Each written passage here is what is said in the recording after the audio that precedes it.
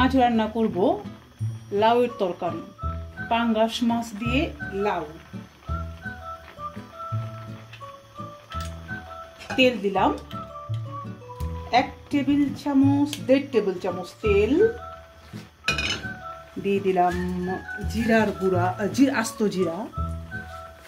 আস্ত জিরাটা অপশনাল, যার ভালো লাগে দিবেন অথবা দিবেন না। আর হচ্ছে পেঁয়াজ কুচি। পেঁয়াজগুলোকে আমি নেড়ে চেড়ে নরম করে লালচে করে ভেজে নেব। আমার পেঁয়াজটা লাল হয়ে এসছে, এতেই চলবে। এখন আমি দিয়ে দিব আদা বাটা 1 টেবিল চামচ, রসুন বাটা 1 টেবিল চামচ।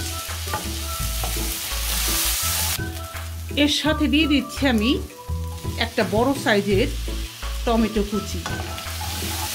টমেটোটা দিচ্ছি আমি স্বাদ আনার জন্য, তাই পরিমাণে বেশি নিলাম না, কারণ আমি টক করতে চাচ্ছি না, বাট একটা টেস্ট আনতে চাচ্ছি। এই টমেটোটা অপশনাল, অনেকেই লাউ টমেটো দেয় না, অনেকেই দেয়। আমি কখনো দেই কখনো দেই না, দুভাবেই আমার ভালো লাগে।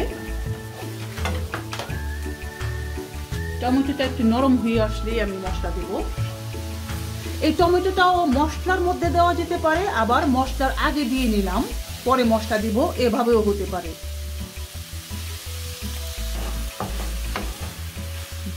টমেটোটা নরম হয়ে গলে এসছে। এখন আমি দিয়ে দিব হলুদের গুঁড়া, হলুদ, মরিচ, ধনিয়ার গুঁড়া। তো হলুদের গুঁড়া দিয়ে দিচ্ছি আমি 1 চা চামচ। 1 চা চামচ দেব এই কারণেই, সাধারণত আমরা মাংসে মশলাটা একটু বেশি খাই, সবজিতে একটু কম দেই। আর লাউয়ের তরকারিতে কিন্তু আরো একটু কম মশলা দিতে হয়। লাউয়ের তরকারিটা লালচে রঙের গাঢ় মশলার চাইতে হালকা একটু সাদাটে ভাবই ভালো লাগে।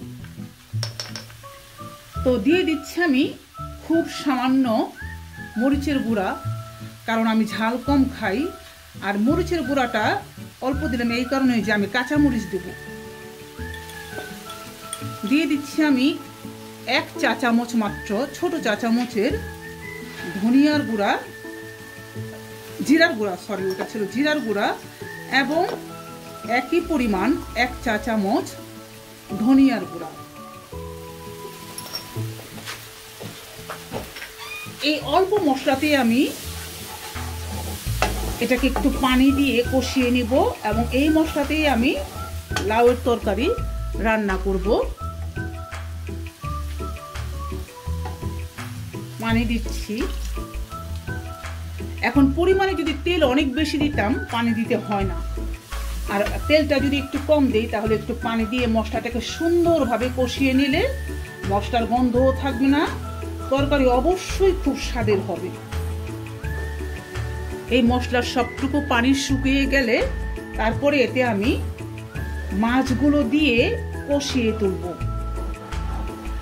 লাউয়ের তরকারিতে মাছ আমি ভেজে দেই না, সম্ভবত ভেজে অনেকেই দেয় না, কারণ লাউয়ের তরকারিতে ভাজার চাইতে কষানো মাছই বেশি ভালো লাগে। আর তার তো আরো একটা উপকার আছে, সব তরকারিতেই মাছ যদি কষানো হয় স্বাদ ভালো লাগে এবং অতিরিক্ত তেল কনজিউম করা হয় না। মশলার সবটুকু পানি শুকিয়ে গেছে, অর্থাৎ মশলাটাকে আমি ভালোভাবে কষিয়ে নিয়েছি। এ পর্যায়ে আমি আরো একটু পানি দিব, এবং এইটাতে একটু বলক আসলে এতে মাছ দিয়ে দিব। এই পানিটুকু দিলাম মাছটা কষানোর জন্য। মশলার পানিটা ফুটে উঠে অনেকটাই কমে এসেছে। এখন আমি দিয়ে দিচ্ছি মাছগুলোকে আমি, এটা পাঙ্গাস মাছ, আমি মাছগুলোকে মশলায় কষিয়ে নিব। মাছগুলোকে আমি মশলায় কষিয়ে নিচ্ছি। এক পিঠ কষানো হলে আমি উল্টিয়ে দিব আরেক পিঠে, যাতে মশলাটা ঢুকে।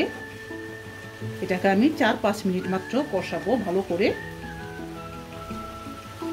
যাতে পরবর্তীতে লাউয়ের উপরে দিলে বেশি কুক করতে না হয়। মাছগুলোকে আমি উল্টিয়ে দিচ্ছি যাতে দুপাশেই মশলা যায়।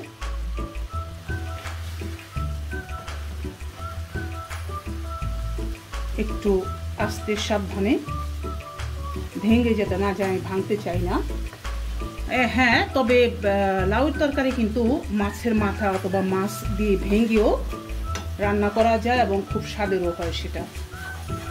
আবার এরকমও হয় যে এক পিস মাছ ভেজে তার কাঁটাগুলো সরিয়ে লাউয়ের তরকারিতে দিলে স্বাদটা খুব ভালো হয়। মাছগুলো কষানো হয়ে গেছে, আমি এখন মাছগুলোকে উঠিয়ে নিব। মাছগুলোকে আমি লবণ দিয়ে ঘন্টাখানেক রেখে দিয়েছিলাম। আমি আসলে লবণটা স্কিপ করেছি, তা আমি একটু লবণ দিয়ে দিচ্ছি 1 চা চামচ। আমার আগে লবণ মাখানো ছিল, সমস্যা হবে না। লবণ দিয়ে আমি আরও মিনিট 2 রেখে দিচ্ছি। 2 মিনিট পর উঠিয়ে নেব।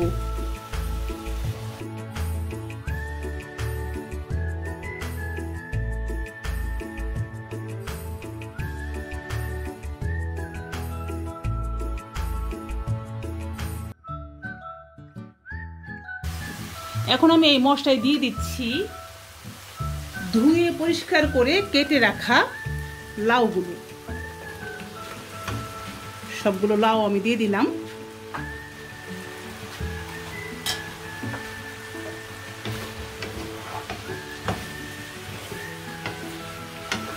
লাউগুলোকে আমি মশলা নেড়ে ছেড়ে মশলা মাখিয়ে নিচ্ছি। মাছে আমি লবণ দিয়েছিলাম, তো তাই লাউ আমি খুব বেশি লবণ দেব না, আধা চা চামচ লবণ দিচ্ছি। কারণ কম হয়ে গেলে অ্যাড করা যাবে, বেশি হলে ভালো হবে না, খাওয়া যাবে না। তো এই মশলা লবণে আমি লাউগুলোকে কষিয়ে 2 মিনিট ঢেকে রাখবো নরম হওয়ার জন্য। 2 মিনিট পর আমি ঢাকনিটা সরিয়ে দেখছি যে মশলাটা যাতে নিচে লেগে না যায়। না, লাগেনি। যদি এমন হয় যে মশলাটা একদম শুকিয়ে গেছে এবং লাউটা এখনো নরম হয়নি, সেক্ষেত্রে সামান্য একটু পানি দিয়ে নেড়ে ছেড়ে আরও মিনিট 3-4 ভালো করে লাউটাকে মজিয়ে নেবেন, মানে নরম করে নিয়ে পানি দিলে ভালো হয়। তো আমিও সামান্য একটু পানি দিচ্ছি, যদিও লাগেনি, তারপরেও আমি এই সামান্য একটু পানি দিয়ে লাউটাকে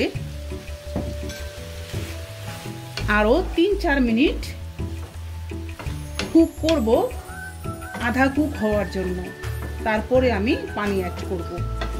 তো আবারও 3-4 মিনিটের জন্য আমি ঢেকে দিচ্ছি। 3 মিনিট পর আমি ঢাকনাটা সরিয়ে নিলাম। এবারে দেখুন লাউটা মজে গেছে, মানে নরম হয়ে এসছে এবং অনেকটাই কুক হয়ে আসছে। এখন আমি এতে ঝোল দেব, মানে পানি দিব। দিয়ে দিচ্ছি আমি পানি, আর একটু দেব কারণ লাউ গলবে। এবং পানিটাকে আমি উচ্চ তাপে হিট করে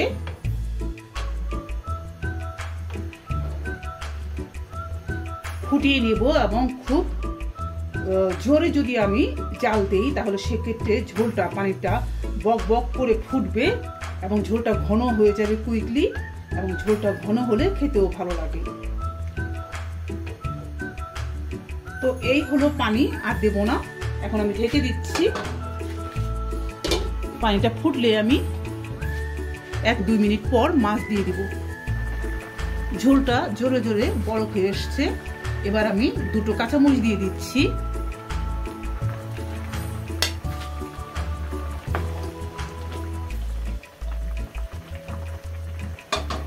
এবং এর উপরে দিয়ে দিচ্ছি মাছগুলো, সুন্দর করে বিছিয়ে দিচ্ছি। মাছগুলো একটু ঝোলে ডুবিয়ে দিচ্ছি। তো মাছ দেওয়ার পরে ঝোলটা অলরেডি ফুটিয়ে উঠেছে। এখন আমি আরো 2 মিনিট ঢেকে হাই হিটে এটাকে কুক করব। একটু লবণ দেখে নেই, আর একটু লবণ লাগবে।